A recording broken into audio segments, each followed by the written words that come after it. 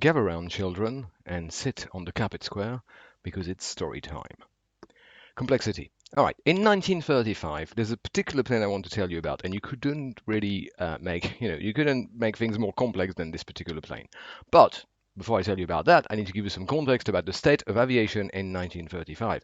This is an era where zeppelins, big dirigible airships, are still a thing. Uh, People back then would like to cross oceans in a tin box tied at the bottom of a large bag of flammable gas. Now, this tin box actually had a smoking section because it's 1935, right? Health and safety, not so much. In fact, so we are 2 years before the Hindenburg disaster when this particular airship would crash and blow up. Still, you know. Right. So this is the state of aviation in 1935, and I want to tell you about the B-17. The B-17 is the designation the USAF will give it when it's deployed. Before the USAF bought it, it was the Boeing Model 199, that is the prototype number. USAF, of course, is the US Air Force.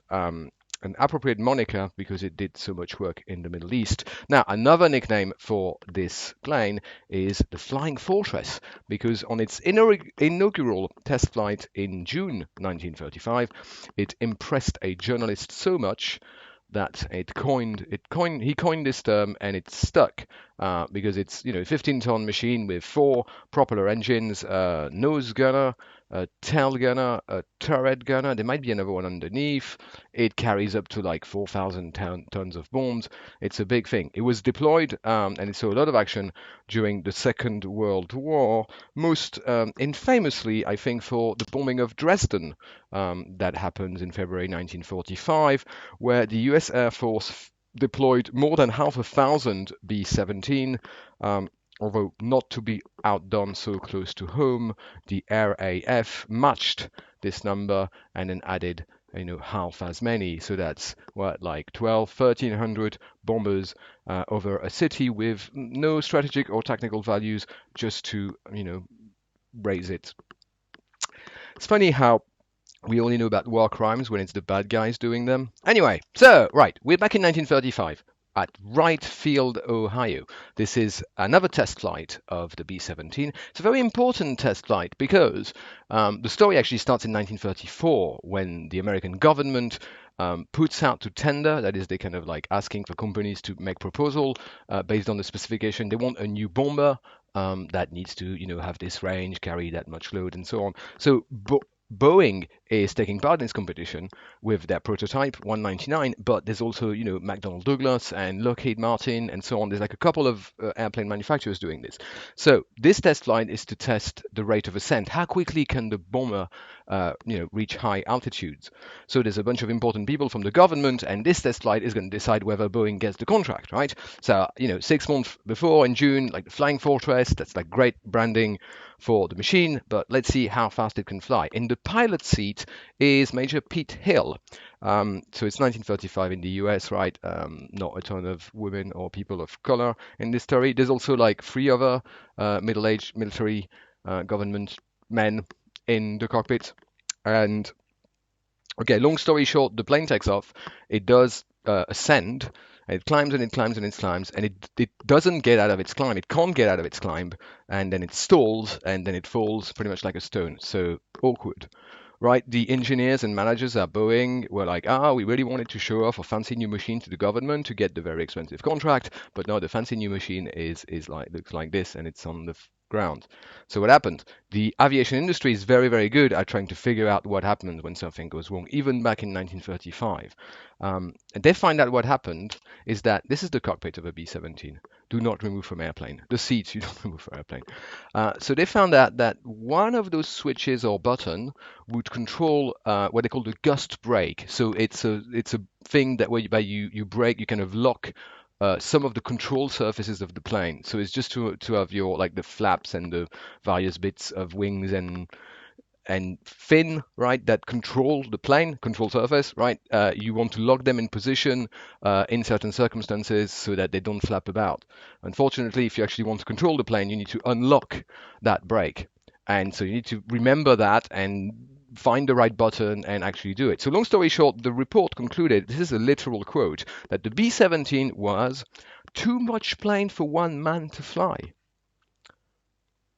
So that's complexity. Now, how do you manage complexity? Like that. The aviation checklist was born after the B-17, sorry, back then it was the Model 199 crash of October 1935. You can see this is actually a landing checklist, right? The parking brake is set. This is a stock photograph, right? Obviously, no pilot like uses that.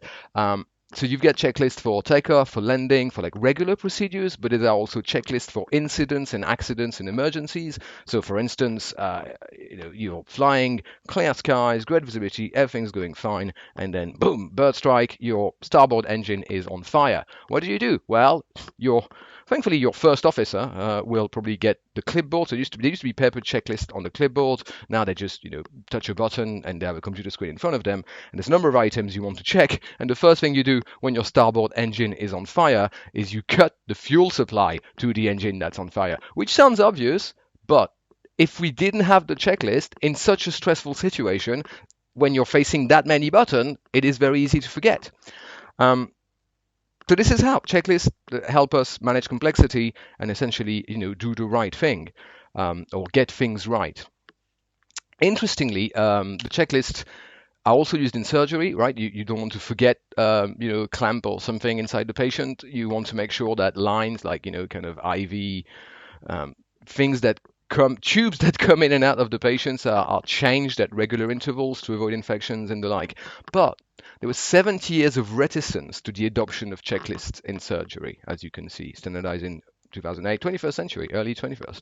And that is, well, that's because surgeons and high status professions find checklists patronizing. They're like, I know how to do surgery. I'm not going to forget something inside my patient. It's like, well, that's the point. Like, you're never too smart for a checklist because the checklist takes care of the dumb stuff so that your smartness can focus on the meaningful smart stuff where your smartness is needed. We want to, preserve some of the decision-making capacity of the individual and take care of all of the rote mechanistical stuff with a list that you can check. Further reading, if you want to find out more about checklists in order to manage complexity and indeed get things right, that was the subtitle of this great book, The Checklist Manifesto by Atul Gawande. Great read. It's around the time, this is like early 2000, around the time where it starts being adapted in surgery, in medicine, and it talks a lot about the medical aspects of it. There's also a great anecdote about Van Halen, the rock band of the 80s, and the story of the brown M&Ms or no brown M&Ms in the thing. I mean, if you know what I'm talking about, you know what I'm talking about. Otherwise, you're just going to have to read the Checklist Manifesto or a quick summary of it to find out.